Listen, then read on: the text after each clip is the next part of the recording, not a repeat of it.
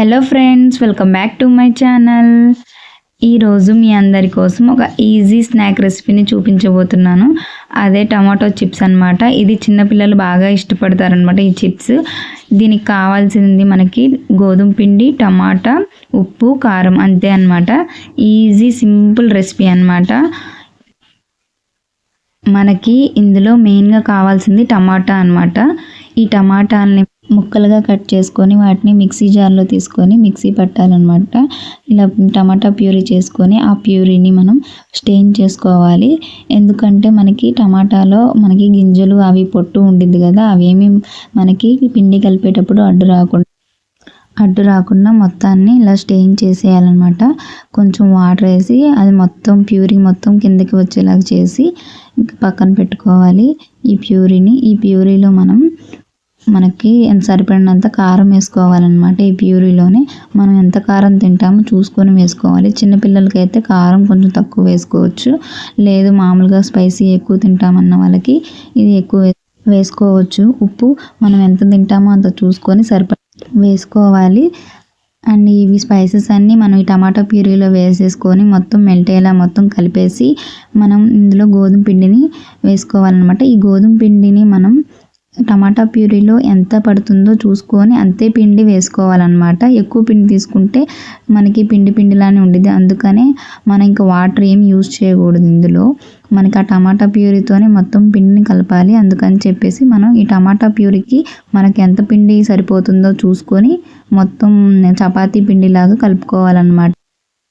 ఈ చపాతీ పిండిలా కలిపిన దాన్ని మనం చపాతీకి పిండికి బాల్స్లా చేస్తాం కదా, అలానే మనకి ఆ పిండిలో ఎన్ని బాల్స్ వస్తాయో అన్నీ చేసి పక్కన పెట్టేసుకోవాలన్నమాట.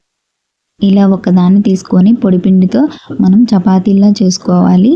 మనం ఈ చపాతీని చేసేటప్పుడు ఎక్కువ మందంగా చేయకూడదు, మరీ పల్చగా చేయకూడదు, మీడియం సైజులో చేసుకోవాలి.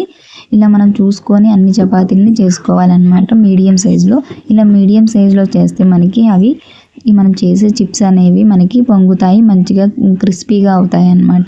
అందుకని చెప్పి మనం మీడియం సైజులో చేసుకోవాలి. మనం ఇలా మీడియం సైజులో చేసుకోవడం వల్ల మనకి ఇలా మన షేప్స్ కట్ చేసేటప్పుడు కూడా మనకి వీలుగా ఉంటుంది అన్నమాట కట్ చేయడానికి. ఇలా మనం మీడియం సైజులో చేసుకున్న చపాతీని సైడ్స్ అన్నీ మొత్తం కట్ చేసేసి ఇంకా మధ్యలో నుంచి కట్ చేయాలన్నమాట.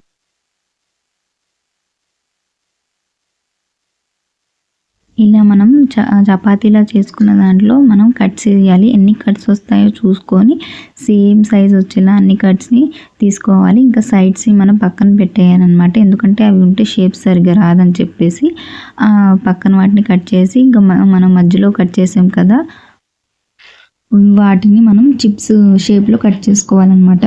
మనకి ఏ షేప్ కావాలంటే ఆ షేప్ మంచిగా కట్ చేసుకోవచ్చు. ఇలా మనం వీడియోలో చూపించిన విధంగా ఈ షేప్స్ని కట్ చేసుకోవాలి. ఇలా ఎన్ని వస్తాయో అన్ని చూసి కట్ చేసుకోవాలి. పిల్లలకు బయట దొరికే చిప్స్ని బాగా ఇష్టపడతారు కదా, కానీ బయట ఫుడ్ అంతా హెల్త్కి మంచిది కాదనమాట. అందుకని చెప్పి మనమే ఈజీగా ఇంట్లో ఇలా హెల్తీగా చేసుకోవచ్చు అనమాట. ఎందుకంటే ఇంట్లో మనం ఏ పిండితో ఎలా చేసినా మనకి హెల్తీనే, బయట ఫుడ్ అంత హెల్తీ కాదనమాట. ఎందుకంటే వాళ్ళు యూజ్ చేసిన ఆయిల్ అలా యూజ్ చేస్తారు కదా, మనం అంటే ఎప్పటికప్పుడు ఫ్రెష్గా చేస్తాం కాబట్టి అది కొంచెం హెల్త్కి మంచిది.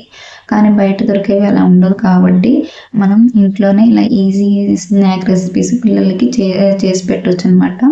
ఈ చిప్స్ 1 వీక్ 10 days వరకు స్టోర్ చేసుకోవచ్చు మంచిగా. బిజీగా ఉండేవాళ్ళు ఇలా సండే ఖాళీ దొరికినప్పుడు మనం ఇలాంటి చిప్స్ చేసుకొని ఇలా స్టోర్ చేసుకొని పిల్లలకి ఎప్పుడు కావాలంటే అప్పుడు మనం ఇలా స్నాక్లా ఇవ్వచ్చు అనమాట. ఇలా బయట మనం కొనుక్కోకుండా ఇలా ఇంట్లోనే ఈజీగా చేసుకోవచ్చు.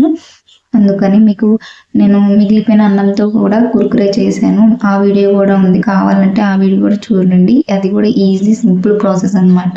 మిగిలిన అన్నంతో అదేంటంటే స్టోర్ చేసుకోక్కర్లేదు, అప్పటికప్పుడు తినేసేది. ఇదేంటి మనం 1 week 10 days వరకు స్టోర్ చేసుకొని మంచిగా తినొచ్చు అనమాట.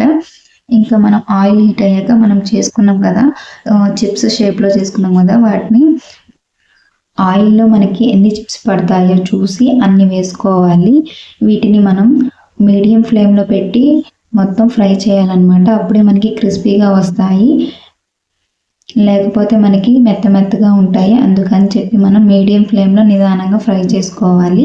చూసారా అలా పొంగుతాయి అన్నమాట. అలా పొంగిన తర్వాత మనం ఇంకా కొంచెం బ్రౌన్ కలర్ వచ్చే వరకు ఫ్రై చేయాలి. అప్పుడే మనకి క్రిస్పీగా వస్తాయి. ఇలా చూసుకొని చేసుకోవాలి. మీడియం ఫ్లేమ్లో మనం నిదానంగా ఫ్రై చేసుకోవాలి. మనం చేసుకున్న ఈ చిప్స్లో టమాటా ప్యూరీ వేసాం కదా, అందుకని చెప్పి ఇది మనం ఈ చిప్స్ తినేటప్పుడు మనకి టమాటా ఫ్లేవర్ వచ్చింది అనమాట. స్పైసీగా టమాటా ఫ్లేవర్లో టేస్ట్ చాలా బాగుండిద్ది. మనం ఇది మొత్తం అయిపోయిన తర్వాత వీటిపై మనం చాట్ మసాలా కూడా వేసుకోవచ్చు. స్పైసీ తినే వాళ్ళకి చాట్ మసాలా వేసుకొని తింటే టేస్ట్ బాగుండిద్ది. ఇలా వాటిని మనం బ్రౌన్ కలర్ వచ్చే వరకు ఫ్రై చేసుకోవాలి. ఇలా బ్రౌన్ కలర్ వచ్చే వరకు ఫ్రై చేస్తే మనకి క్రిస్పీగా ఉంటాయి అన్నమాట. అలా మనం చూసుకొని చేసుకోవాలి. మిగిలిన అన్నిటిని మనం ఎన్ని చేసుకోవాలో అన్నిటిని ఇలా బ్రౌన్ కలర్ వచ్చే వరకు ఫ్రై చేయాలి. ఇలాంటి easy and healthy snack recipes కోసం నా ఛానల్ని సబ్స్క్రైబ్ చేసుకోండి.